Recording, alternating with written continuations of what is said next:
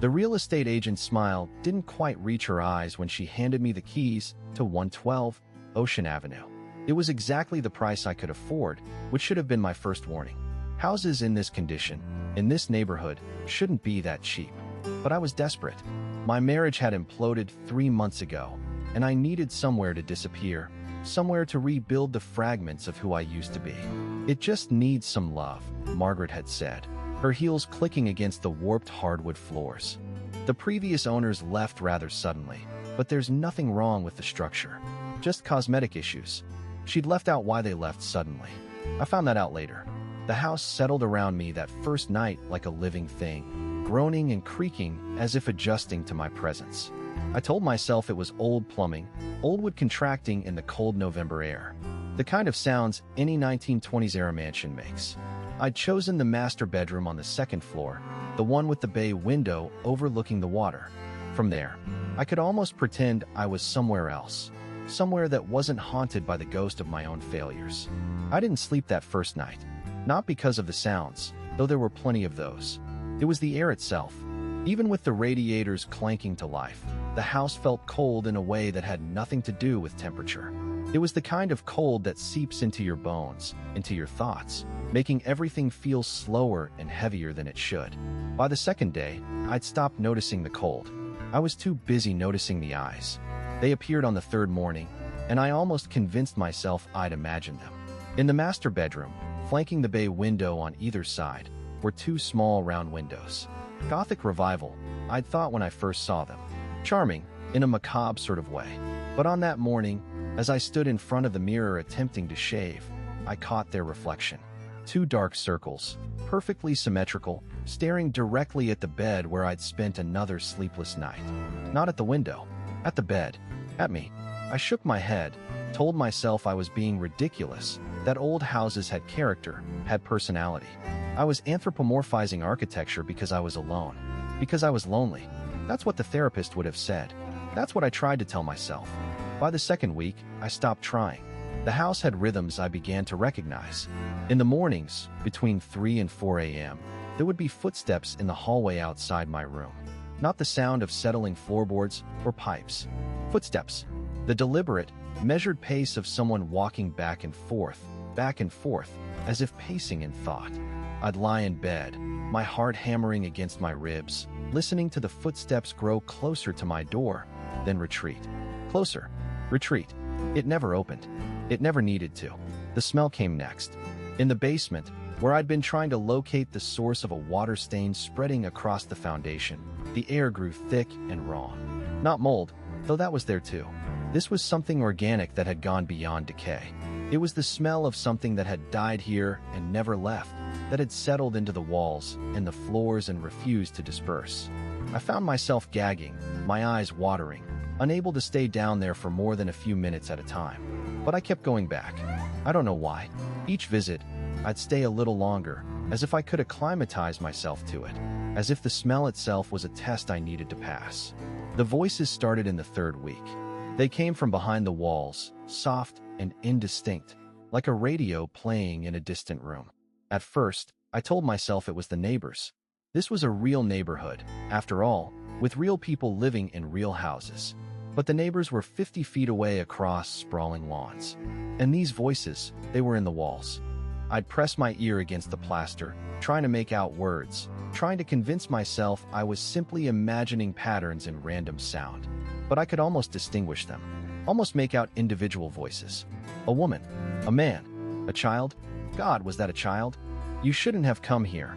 I whispered to the empty room one night, my own voice sounding foreign in the suffocating silence. The voices stopped. For 3 hours, they stopped. The house held its breath, and so did I. Then, at exactly 2 a.m., I heard it. Not the voices, not the footsteps. Someone was knocking on the walls. From the inside, I shot upright in bed, my sweat-soaked sheets tangling around my legs. Knock, knock, knock.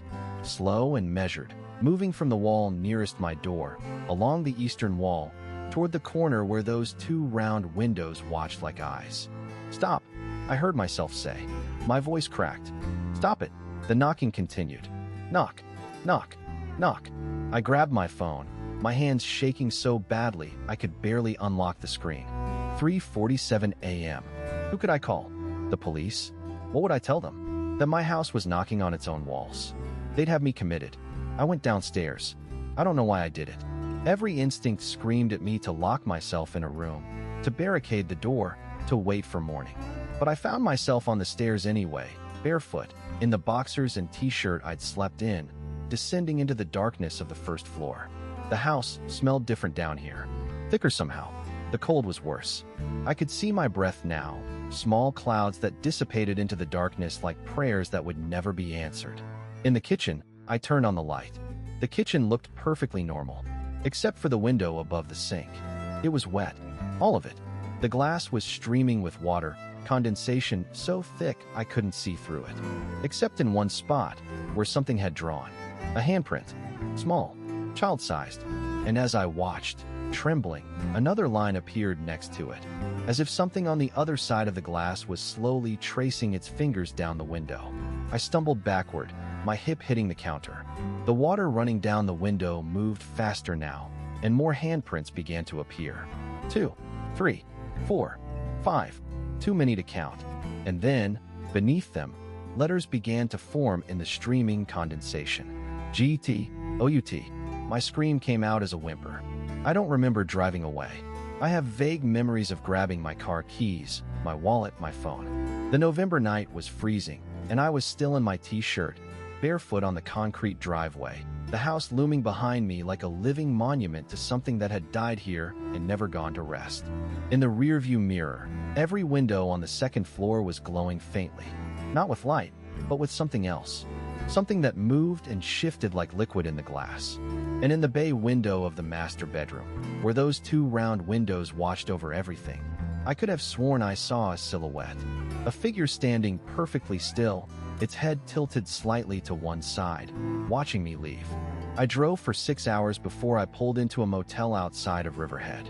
The clerk didn't ask questions about my appearance. Barefoot, half-dressed, with wild eyes and a voice that sounded like I'd been screaming. By morning, the police had been to the house. Nothing wrong, they said. No signs of break-in. No water damage. The windows in the kitchen were dry. The handprints? Just dust patterns and light reflection, they suggested gently. Suggested, as if I was the kind of person who saw things that weren't there. As if I was broken. I went back to collect my things 2 days later, accompanied by the real estate agent and a police officer. The house was silent, waiting. I could feel it watching me as I packed, as I moved through the rooms, reclaiming the life I'd left behind. Margaret helped me load the car, her smile now openly pitying. "These old houses take some adjusting to," she said. "You just need more time." "No," I said. "No, I don't. That was 6 months ago. I'm living in an apartment now, on the 7th floor of a modern building. No character, no charm, but that's fine. That's more than fine. I sleep with the lights on. I've been sleeping with the lights on since I left that house." Last week, I got a call from Margaret. The house had sold again. She was trying to entice me with stories of renovation, of fresh starts, of how sometimes people just need distance to appreciate what they almost had. I hung up before she finished. But here's the thing that keeps me awake at night, even with the lights on. I was watching a documentary on television, a rerun of some old paranormal investigation show. They were discussing the Amityville Horror, that infamous house on Long Island where a man shot his entire family in 1974.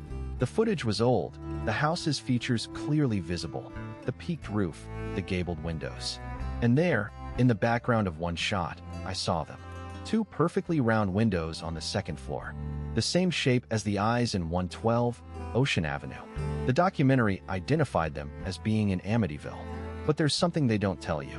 Something real estate agents like Margaret conveniently leave out. That particular architectural feature, those Gothic revival windows, it was used in a specific style of house popular in the 1920s. Popular enough that you find them in dozens of properties up and down the Long Island coast. Last night, I checked. There are 47 houses matching that description within a 20-mile radius of where I used to live. 47. And I've started wondering, not all of them sold for cheap. Not all of their previous owners left suddenly. Some of them probably look perfectly normal on the market listings. Charming, full of character. I wonder if they all have the same eyes. I wonder if they're all watching.